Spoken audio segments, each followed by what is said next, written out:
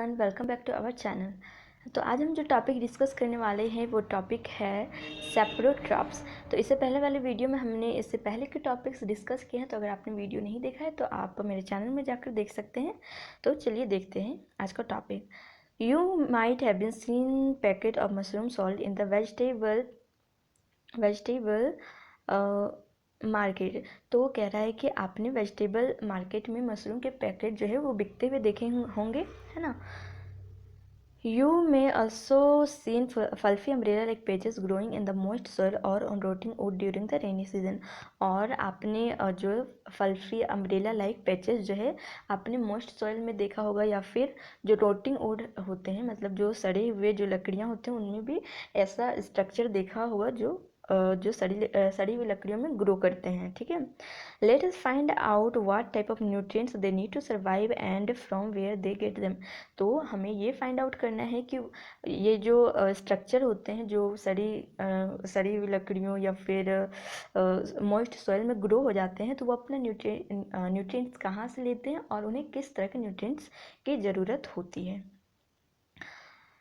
यहाँ एक एक्टिविटी दिया हुआ है, देखते हैं क्या है।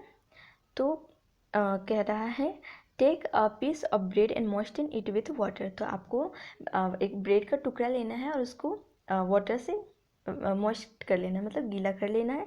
Leave it in a moist warm place for 3 days और until fluffy patches appear on them. और इस ब्रेड को गीला करने के बाद आपको 2 से 3 दिन तक मॉइस्ट मतलब नमी वाली जगह पे छोड़ देना है, या फिर तब तक छोड़ देना है जब तक उसमें फ्लफ़ी पेचेस आपको ना दिख जाए।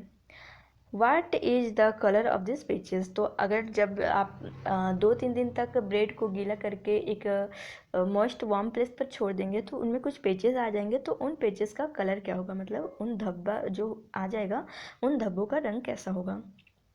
Observe the pages under a microscope और अ मैग्नीफाइंग ग्लास। तो आपको जो भी पेजेस ब्रेड में आए हुए हैं उनको आपको माइक्रोस्कोप में देखना है या फिर मैग्नीफाइंग ग्लास में देखना है। Write down your observation in the notebook. और जो भी आप मतलब कि माइक्रोस्कोप में देखने के बाद जो भी आप ऑब्जर्व करते हैं या जो भी रिजल्ट आता है आपको वो नोटबुक में नोट डाउन करना है। You will seen cotton like thread spread on the piece of bread. तो आप देखेंगे कि जो कॉटन लाइक थ्रेड मतलब धागा जो होगा पूरे ब्रेड में फैला होगा। ठीक है, कॉटन लाइक धागा जो होगा, थ्रेड जो होगा वो पूरे ब्रेड में फैला होगा। जैसे कि यहाँ डायग्राम में दिखाया गया है ब्रेड का, है ना, ब्रेड का दिखाया गया है जिसको मैग्नीफाइंग ग्लास में या माइक्रोस्कोप में जब हम देखेंगे तो कुछ ऐसा दिखेगा। ठीक है, तो जो मतलब कि ये जो स्ट्रक्चर है हमें दिख रहा है, जो पेचेस होंगे, तो इस ऑर्गेनिज्म को हम क्या कहते हैं, फंगी। ठीक है, या फंगस बोला जाता है। They have a different mode of nutrition. तो ब्रेड में जो पेचेस आ जाएंगे, जो धब्बा होगा, वो एक तरह का ऑर्गेनिज्म है, एक तरह का ऑर्गेनिज्म है, एक तरह का जीव है जिसे हम फंगी कहते हैं। और ये एक अलग तरह का न्यूट्रिशन मोड ऑफ न्यूट्रिशन को अपनाते हैं। They absorb the nutrients from the bread. तो जो मतलब कि ब्रेड में जो पेचेस आ जाते हैं तो वो ऑर्गेनिज्म जो है, मतलब फंगी जो है वो अपने न्यूट्रिएंट्स कहाँ से लेते हैं, वो ब्रेड से एब्जॉर्ब करते हैं। This mode of nutrition in which organism take in nutrients from dead and decaying matter is called saprotrophic nutrition. तो बोल रहा है कि ऐसा मोड ऑफ न्यूट्रिशन मतलब न्यूट्रिशन का ऐसा तरीका जिसमें जो जीव जो होता है वो अपना न्यूट्रिएंट्स जो है या तो डिकेइंग मैटर मतलब सड़े हुए चीज़ों से लेता है, या फिर डेड मैटर मतलब मरे हुए चीज़ों से अपना न्यूट्रिशन लेता है, तो उसको हम सैप्रोट्रॉपिक न्यूट्रिशन कहते हैं। ठीक है, मतलब समझिए कि वैसा न्यूट्रिशन का वो तरीका जिसमें जो ऑर्गेनिज्म जो होता है वो सड़े गले चीज़ों से अपना न्यूट्रिशन लेता है या फिर मरी हुई चीज़ों से अपना न्यूट्रिशन लेता है, तो उसे हम सैप्रोट्रॉपिक न्यूट्रिशन कहते हैं। और जो सैप्रोट्रॉपिक मोड ऑफ न्यूट्रिशन को अपनाता है ऐसे ऑर्गेनिज्म को हम सैप्रोट्रॉप्स कहते हैं। जैसे कि एग्जांपल में मशरूम क्या है, एक सैप्रोट्रॉप्स है। नेक्स्ट है Fungi also grown on pickle, leather, clothes and other articles that are left in hot and humid weather for a long time. तो जो फंगी जो होते हैं ये ब्रेड में ग्रो होते हैं, साथ ही साथ पिकल्स जो है मतलब अचार या फिर लेदर के क्लॉथ्स होते हैं, जो चमड़े वाले कोई क्लॉथ्स होता है या जूते होते हैं उनमें, या फिर वैसी चीज़ों में जो बहुत दिनों तक हम एक नमी वाली जगह पर अगर रहेगा तो उनमें भी फंगी जो है वो ग्रो हो जाएंगे. During the rainy season they spoil many things. तो जो जब बारिश का मौसम होता है तो जो फंगी होते हैं वो बहुत सारी चीज़ों को ख़राब कर देते हैं, क्योंकि रेनी सीजन जो है इनके लिए फेवरेबल सीज़न है, इनके लिए इनका जो कह सकते हैं फेवरेट सीज़न है. Ask your parents about the menace of fungi in our house. तो अपने पेरेंट्स से पूछना है कि फंगी की वजह से आपके घर में मतलब क्या क्या नुकसान होता है. ठीक है. The fungal spore are generally present in air. तो बोल रहा है कि फंगल स्पोर जो होता है, फंगी जो होता है उनका जो स्पोर होता है वो एयर में प्रेजेंट होता है. जैसे कि ये स्पोर है तो ये एयर में प्रेजेंट होता है. when they land on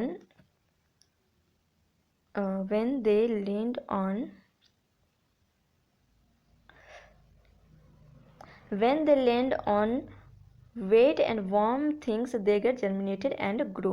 तो कह रहा है कि जब भी मतलब कि जो फंगस के स्पोर होते हैं, फंगी के स्पोर होते हैं वो हवा में ऑलरेडी प्रेजेंट होते हैं, लेकिन जब ये किसी चीज़ में लैंड करते हैं तो क्या करते हैं कि ये खुद को वहाँ ग्रो करना स्टार्ट कर देते हैं, खुद का पॉपुलेशन को इंक्रीज करना स्टार्ट कर देते हैं.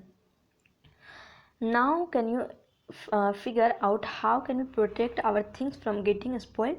तो आप कुछ तरीके या कुछ उपाय बता सकते हैं जिससे हम अपनी चीज़ों को, अपने सामान को फंगी से बचा सकें.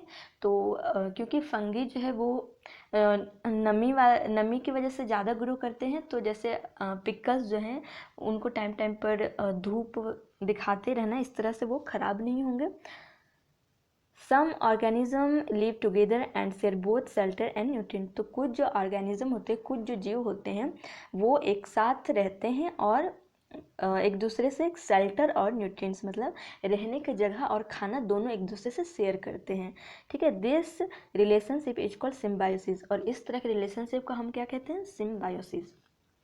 For example certain fungi live inside the roots of plant. तो एग्जाम्पल के तौर पर क्या है, जो फंगी जो होते हैं, कुछ फंगी जो होते हैं वो प्लांट्स के रूट में प्रेजेंट होते हैं. ठीक है. The plant provide nutrients to the fungus. और प्लांट जो है फंगस या फंगी को न्यूट्रिएंट प्रोवाइड करते हैं, उन्हें खाना देते हैं. And in return fungus provide water and certain nutrients. और प्लांट जो है फंगी को खाना देते हैं और फंगी बदले में प्लांट को क्या देता है? उनको वाटर देता है और कुछ न्यूट्रिएंट्स प्रोवाइड करवाता है प्लांट को.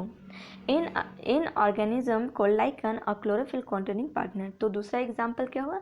लाइकन का, जिसमें दो तरह के ऑर्गेनिज्म एक साथ रहते हैं. ठीक है. विच इज़ एन अलगा and A fungus live together. तो वो दो तरह के ऑर्गेनिज्म कौन कौन से हैं? एक अलगा या अलगी और दूसरा क्या है? फंगस. वो दोनों एक साथ रहते हैं और वो दोनों एक दूसरे पर कैसे डिपेंड है देखते हैं. The fungus provide shelter and water and minerals to the algae. तो फंगस क्या करता है? फंगस जो है वो अलगा को शेल्टर मतलब रहने की जगह देता है, वाटर और मिनरल्स भी प्रोवाइड करवाता है, और बदले में अलगी जो है या अलगा जो है वो क्या देता है? Algae prepare and provide food to the fungus. Algae क्या करता है कि अलगा जो होता है, अलगी जो होता है, हमने पहले भी पढ़ा था कि वो फोटोसिंथेसिस प्रोसेस कर सकता है. तो वो खाना बनाता है, फूड प्रिपेयर करता है और उस फूड को फंगस से शेयर करता है. तो वो ये दोनों एक दूसरे पर डिपेंड है. तो इस तरह के रिलेशनशिप को हम सिम्बायोसिस कहते हैं. मतलब कि दो या दो से ज़्यादा ऑर्गेनिज्म जो है एक दूसरे से जब चीज़ें शेयर करते हैं, मतलब शेल्टर रहने की जगह शेयर करते हैं या खाना शेयर करते हैं, तो उस तरह के रिलेशनशिप को हम सिम्बायोसिस कहते हैं.